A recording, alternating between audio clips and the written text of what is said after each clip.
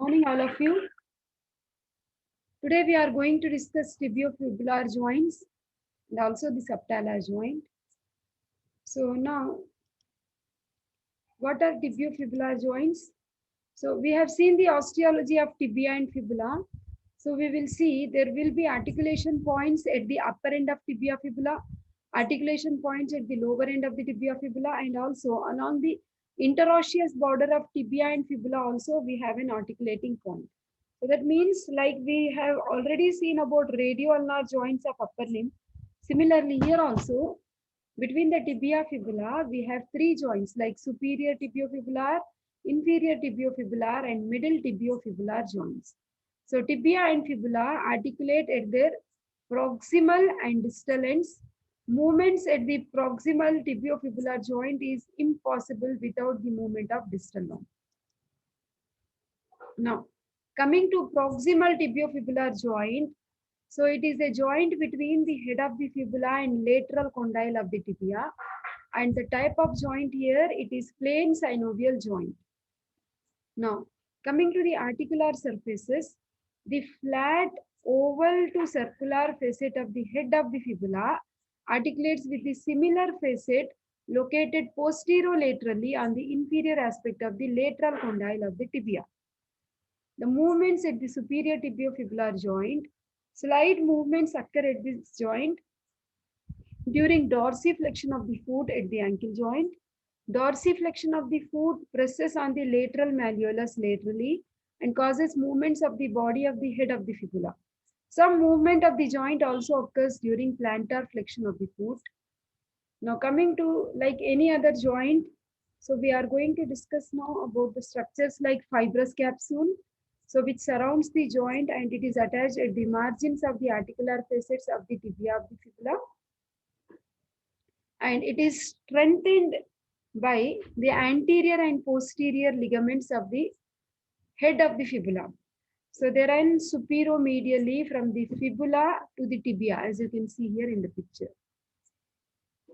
Now, tendon of popliteus is intimately related to the posterior superior aspect of the joint. Synovial membrane lines the fibrous capsule. Pouch of the synovial membrane passes under the tendon of popliteus muscle to form popliteal bursa. Blood supply of this joint is derived from inferior lateral genicular and anterior tibial recurrent arteries. Nerve supply is derived from common fibular, peroneal nerve and nerve to popliteus muscle. Then coming to middle tibiofibular joint, which is nothing but interosseous membrane, which is connecting the interosseous border of the tibia, which is lateral border of the tibia, and interosseous border of the fibula, which is medial border of the fibula. So now if you see the interosseous, like in front of the interosseous membrane, we have extensor muscles and behind we have flexor compartment muscles.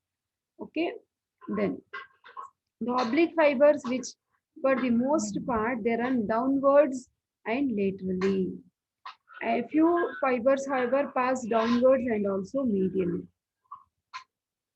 Now, if you just observe in this middle tibiofibular joint, the one which is connecting is interosseous membrane. At the upper part of this membrane, there is a large oval opening. Anterior tibial artery is actually coming out through this opening to run in front of the interosseous membrane.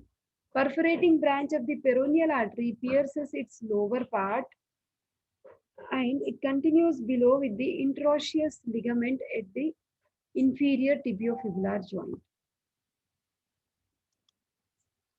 Now relations, in front of the interosseous membrane, we have extensor compartment muscles. You can list out the same thing.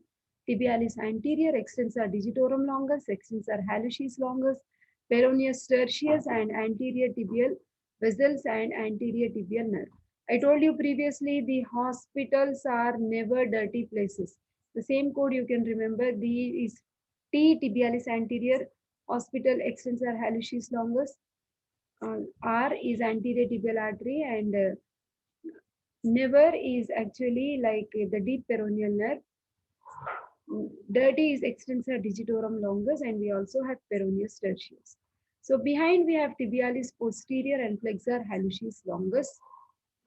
Then Once you are done with the middle tibiofibular joint, then we are now moving to inferior tibiofibular joint, so which is fibrous joint, also called as syndesmosis, located between inferior ends of the tibia and fibula.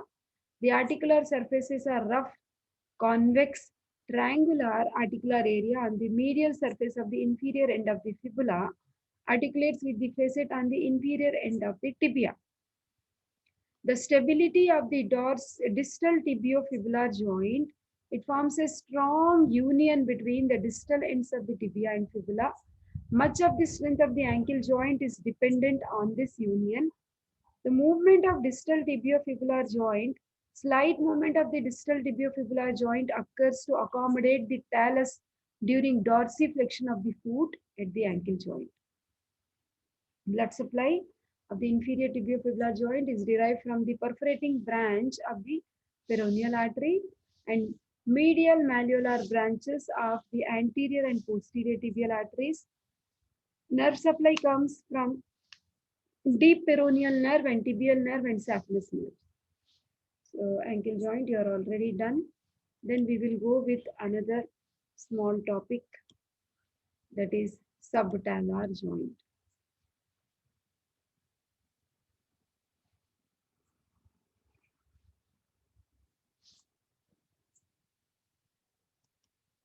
See, the subtalar joint. So let me show you the joint first so that you will understand better.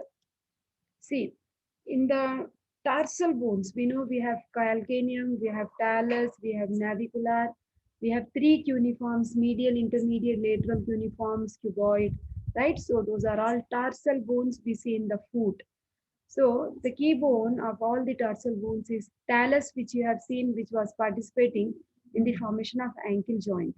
Now the same talus bone is actually resting on the superior surface of calcaneum, and the posterior aspect of the talus with the superior surface of the calcaneum is actually forming subtalar joint.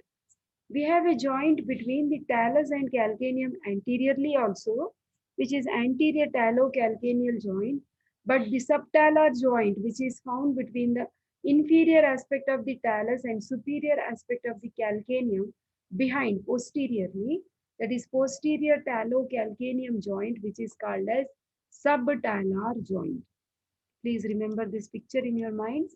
Now, the subtalar joint are the two joints between the talus and calcaneum. We have one connection, posterior talocalcaneal joint and anterior talocalcaneo-navicular joint. The posterior talocalcaneal joint is frequently designated as subtalar joint. The subtalar joint is an articulation between two of the tarsal bones of the foot, that is talus and calcaneum. The joint is classed structurally as synovial joint and functionally as plain synovial joint. You can see the picture again, inferior surface of the talus and superior surface of the calcaneus. Posteriorly, you have posterior talocalcaneal joint. Anteriorly, you have three bones, talocalcaneo-navicular joint. This is anterior, talocalcaneo-navicular joint. Then the articulating surfaces, the subtalar joint is formed between the two of the tarsal bones, that is the inferior surface of the body of the talus, then posterior talar articular surface, that is, to be more specific, superior surface of the calcaneus, the posterior calcaneal articular facet. As is typical for a synovial joint, these surfaces are covered by hyaline cartilage, also called as articular cartilage. Now, when you look from behind, now see here, we know this is tibia bone, this is fibula bone, this is talus bone, which is articulating with these two bones to form ankle joint, which we have already studied. Now, below the talus, we have calcaneum, and between them, you are finding certain connections surrounding the fibrous capsules. The thickening, whatever we have, are actually ligaments. Now, connecting between the talus and calcaneum, we use the word interosseous. Between the bone is interosseous talocalcaneal ligament. Okay. So the subtalar joint is enclosed by a joint capsule which is present along the margins of the articulating bones. Okay, which is lined internally by synovial membrane. Externally, it is strengthened by fibrous layer.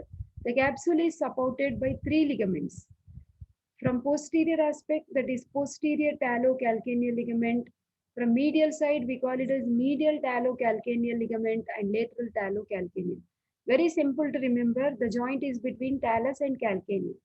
From posterior aspect, we have 1 ligament. This is the posterior aspect. From medial aspect, we have 1 ligament. Lateral aspect, we have 1 ligament. Posterior talocalcaneal ligament, medial talocalcaneal ligament, lateral talocalcaneal ligament. That's it. Very simple to remember. Now, of course, if you can remember, we have certain additional ligaments like interosseous talocalcaneal ligament, which acts to bind the talus and calcaneus together. It lies within the sinus torsi, which you have studied with the osteology of this talus and calcaneum. And it is very strong, providing majority of ligamentous stability to the joint. Okay. The cervical ligament is lateral to sinus torsi. It goes upwards and medially from upper surface of the calcaneum to the tubercle on the inferolateral aspect of the neck of the talus. It becomes tight in inversion. Now, what are the various movements which are possible here at this like subtalar joint?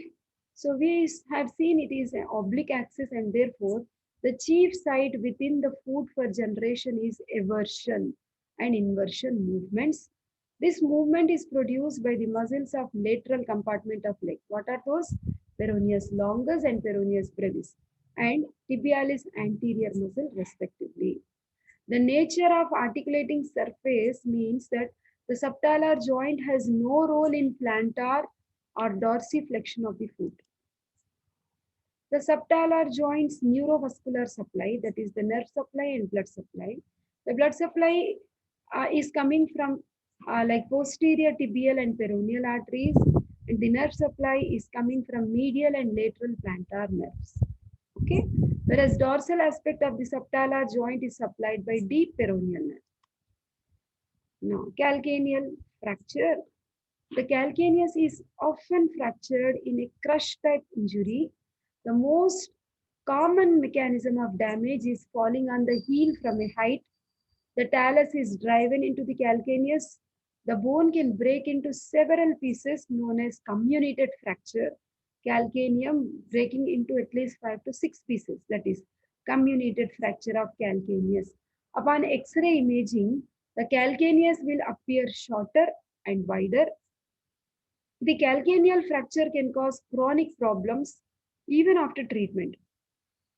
The subtalar joint is usually disrupted, causing the joint to become arthritic, painful. That is, the patient will experience pain upon inversion and eversion, which can make walking on uneven ground particularly very much painful.